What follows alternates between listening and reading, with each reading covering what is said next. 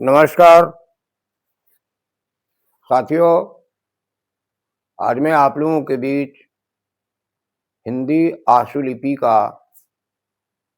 Structure class अर्थात lesson class लेकर आया हूँ। पिछले कुछ वीडियोस में हमने 3 क्लासेस रखा है, डेमो पार्ट 1, पार्ट 2 और पार्ट 3। लेकिन ये पार्ट 3 पार्ट 2 का ही हिस्सा होगा, क्योंकि पार्ट 2 में व्यंजन संकेत की चर्चा हो रही थी और वो पूरे व्यंजन के संकेत की चर्चा नहीं हो पाई थी। तो आज मैं उस पर आगे चर्चा के साथ आप लोगों के बीच हूँ। इसके पहले हमने कवर्ग, चवर्ग, पवर्ग, टवर्ग, तवर्ग, मान, अंग इन व्यंजनों के संकेत के बारे में चर्चा किया था। आज मान के आगे और क्या व्यंजन हो सकते हैं और उनके कैसे संकेत हो सकते हैं उसके बारे में बताना चाहता हूं। तो फिर से मैं याद दिला दूं कि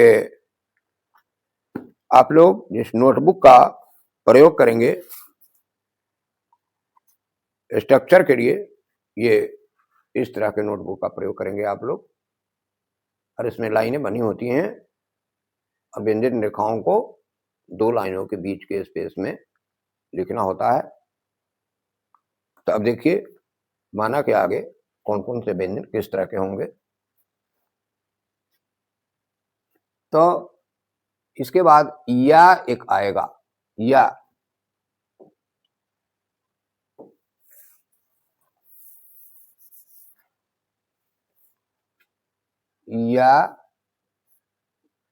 रा, रा की भी 2 रेखाएं होंगी। फिर ला, ला की भी 2 रेखाएं होंगी। वा, फिर शा, शा में देवनागरी लिपि में 3 प्रकार के संकेत हैं ध्वनि के आधार पर। तीनों सा हैं, लेकिन तीनों शा में ध्वनि में अंतर है, जो नाम से ही पता चल जाता है। इसको तलब्य शा के नाम से जाना जाता है, इसको मूर्धन्य शा के नाम से जाना जाता है, और इसको दंतीय शा के नाम से जाना जाता है।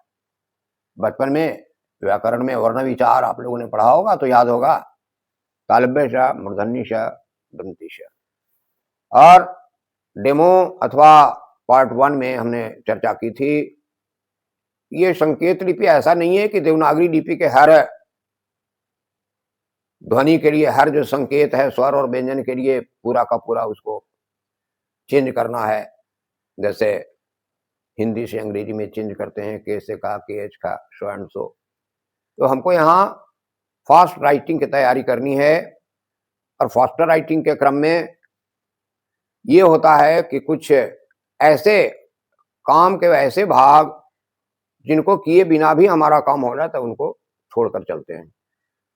तो इसी तरह से ये जो सा है, थोड़ा थोड़ा का अंतर है ध्वनि में, इसलिए एक ही संकेत इसके लिए चलेगा।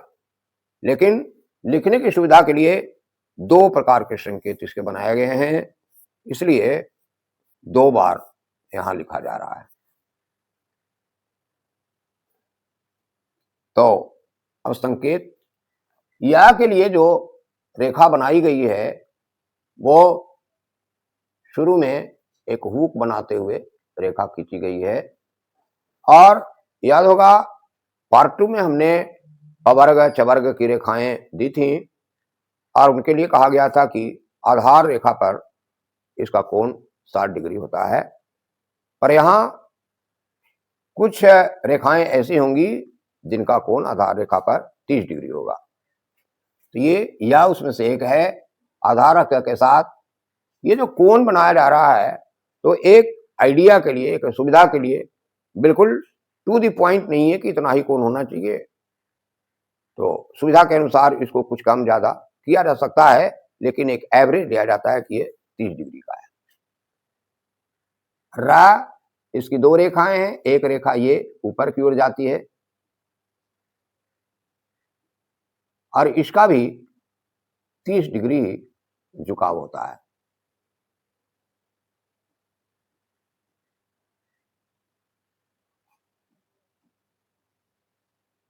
और एक रा वक्र रेखा के रूप में होती है। वक्र रेखा की चर्चा हुई थी, तवर्ग मा ना, तो ये रा के लिए भी एक वक्र रेखा इस तरह से होती है, ये ऊपर से नीचे।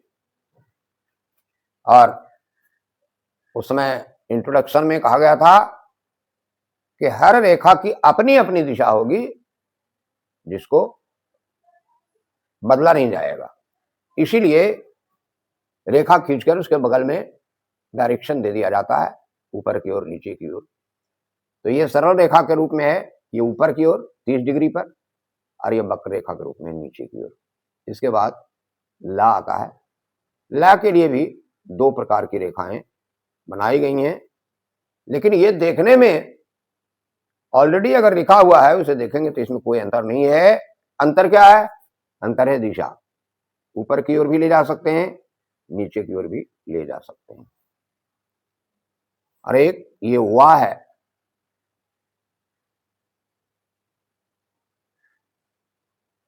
ये या और वा में समानता यह है कि दोनों रेखाएं ऊपर की ओर जाती हैं, सरल रेखा के रूप में हैं, और आधार पर ये भी 30 डिग्री का ही कोण बनाएगी।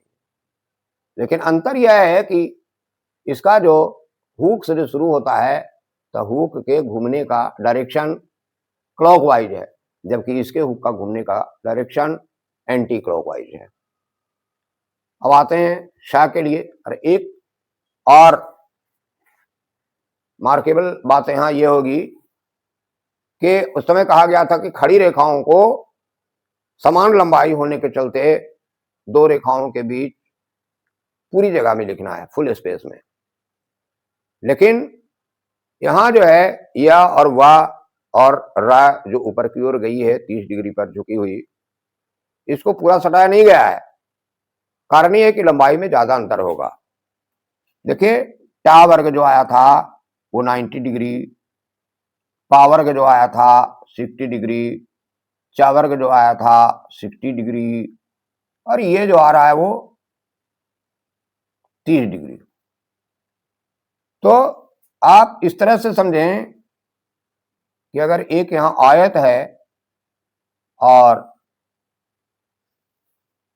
यहां से हम ये खींचते हैं और फिर यहां से अगर इस तरह से खींचते हैं, यहां इस तरह से खींचते हैं, तो इसमें देखते हैं कि यदि ऊंचाई समान होती है सबकी, तो इसकी लंबाई जो है, रेखा की लंबाई कोण के व्युत्क्रमानुपाती होती है। व्युत्क्रमानुपाती का मतलब उल्टा, जितना कोण बड़ा उतनी रेखा छोटी, और जितना कोण छोटा उतनी रेखा की लंबाई अधिक। तो यहां पर 90 डिग्री वाली रेखा है, 60 डिग्री वाली रेखा है, तो ये तो थोड़ा सा का अंतर होता है दोनों में, 30 डिग्री का, इसलिए चल सकता है। लेकिन 90 और 30 का अगर मिलान करें तो काफी अंतर हो जाता है, इसलिए लंबाई बहुत ज्यादा हो जाएगी। तो इसीलिए हम प्रैक्टिस करेंगे कि दो रेखाओं के बीच जो रेखा खींची जाएगी वो थोड़ा सा ऊपर कम जाएगी। तो यह है वा, और यहां पर सा की रेखा इस तरह से बनाई गई है, सा और एक सा। जिस तरह से तवर्ग में आया था कि अपनी हथेली को अगर इस तरह से हम करें तो इस तरह की रेखाएं लगभग बनती हैं, वक्र रेखाएं। तो ये इधर का हिस्सा था तो बायां तवर्ग कहा गया था, इधर का हिस्सा है तो दायां तवर्ग। इसी तरह से ये भी होगा, बायां और दायां, बायां सा दायां सा। इसके बाद अब आता है हा। हा के लिए भी दो तरह की रेखाएं बनाई जाएंगी, तो इसे दो बार लिखा जा रहा है। इसके बाद एक व्यंजन आएगा ड़ा, ड़ा। और फिर एक और व्यंजन आएगा ढ़ा, और इसकी भी 2 रेखाएं होंगी, इसलिए 2 बार लिखना है। ये हा की रेखा वृत्त से शुरू की जाती है और ये वृत्त भी क्लॉकवाइज डायरेक्शन घुमाया जाता है, ऊपर ले जाया जाता है और आधार पर 30 डिग्री का कोण बनाती है। और इस हा को एक और हा जो आ रहा है उसके लिए ऊपर से नीचे वाली रेखा होती है, तो हम ऊपर ही छोड़ेंगे, नीचे से ले जाएंगे ऊपर तो ऊपर छोड़ देंगे और ऊपर से नीचे लाएंगे तो ऊपर छोड़ कर आएंगे। ये भी ऊपर से नीचे आएगी लेकिन कोण इसका 30 डिग्री ही होगा। अब ये एक अड़ा आ रहा है, रा की जो रेखा आई है इसी रेखा को काटकर अड़ा बनाया गया है और रा 2 प्रकार की रेखा बनाई गई है, इसलिए अड़ा भी इन्हीं दोनों रेखाओं को काटकर बनाया गया है। और यहाँ ढ़ा आ रहा है तो हा की रेखा को ही काटकर बनाया गया है।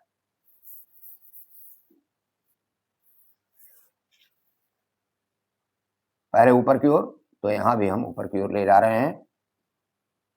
ये केवल काटी जाएगी रेखा और ये ऊपर से नीचे आएगी, ये भी काटी जाएगी। ये भी 30 डिग्री है और ये भी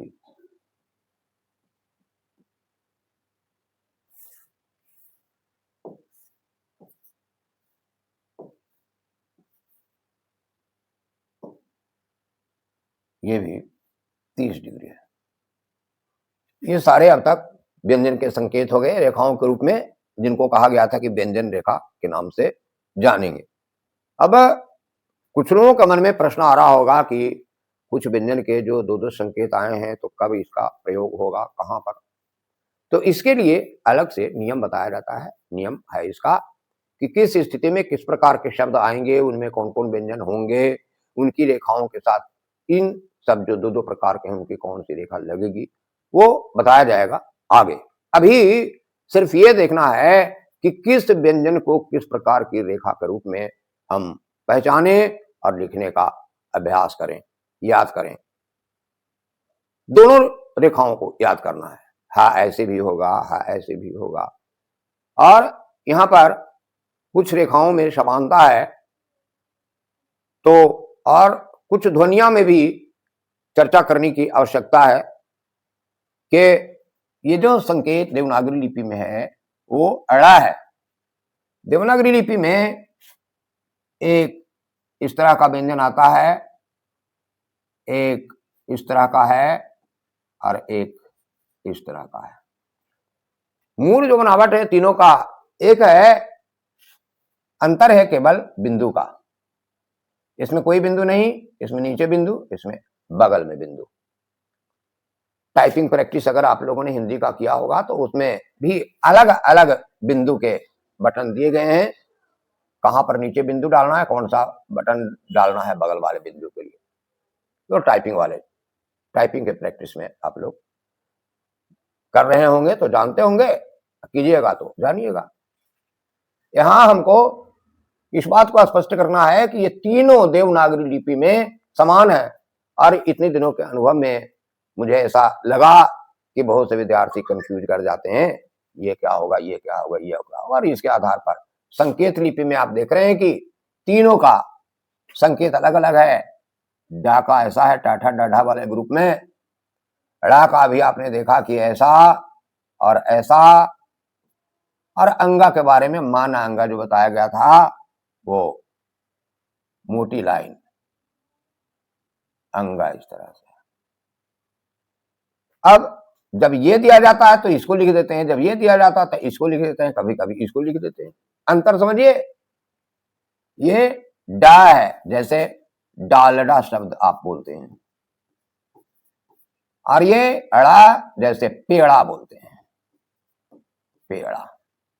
और ये अंगा है, कवर्ग का 5वां वर्ण है और ये अनुनासिक ध्वनि के लिए बनाया गया है। आप लोग जब हिंदी पढ़े होंगे तो 25 व्यंजन जो हैं स्पर्श व्यंजन के नाम से जाने जाते हैं, कवर्ग, चवर्ग, पवर्ग, तवर्ग, टवर्ग। और इन 5 वर्गों की अंतिम जो है वो अनुनासिक है। अनुनासिक मतलब नाक से बताने वाला। जिस समय हमने वर्णों की चर्चा की थी उस समय बताया था कि व्यंजन और स्वर के अतिरिक्त एक और ध्वनि होती है अनुनासिक, और उसके चिन्ह के बारे में बाद में चर्चा होगी।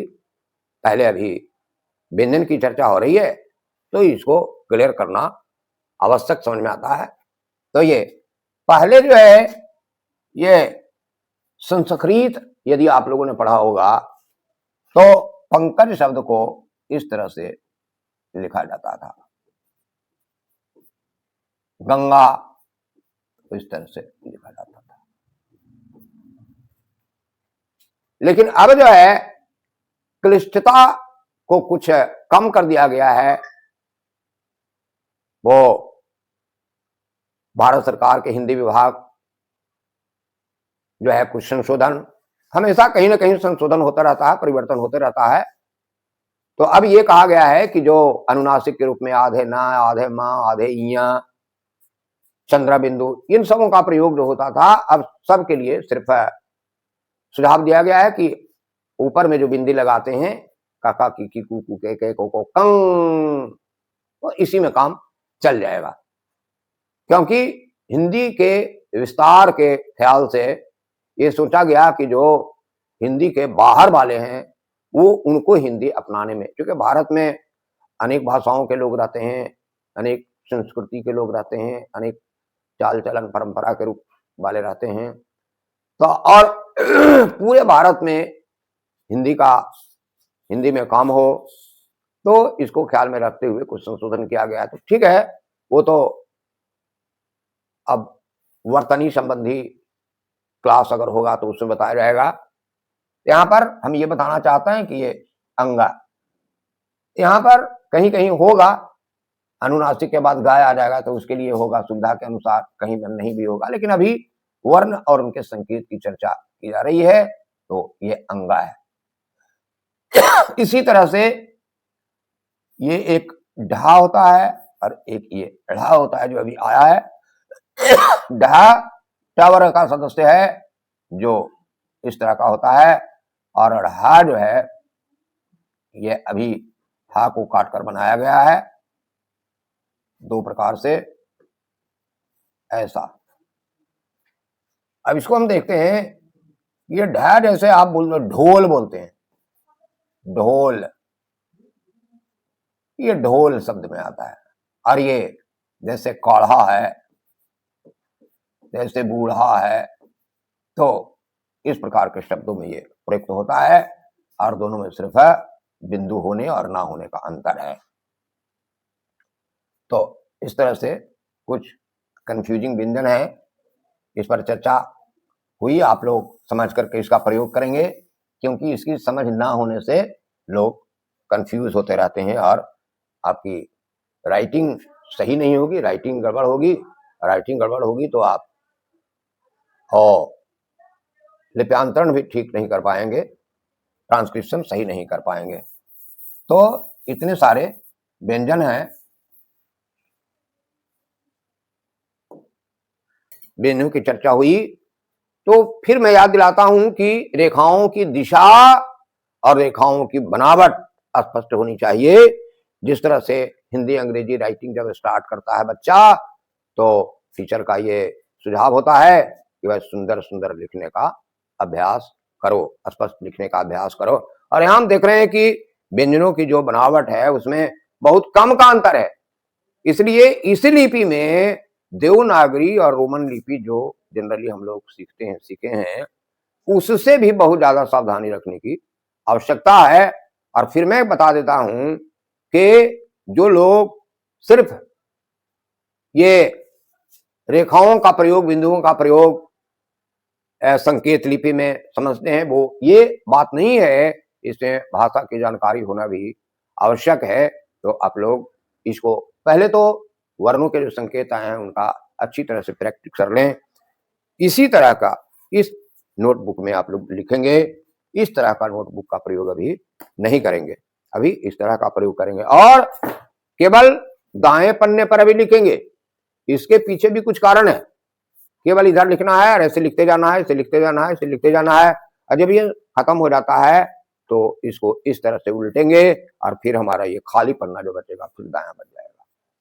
तो उद्देश्य है केवल दाएं तरफ लिखना। इसमें भी कुछ सुझाव है, लेकिन इसकी चर्चा बाद में होगी जब आप लोग स्पीड में आ जाएंगे तब। तो इसमें ध्यान रखना है दाएं पन्ने पर लिखना है।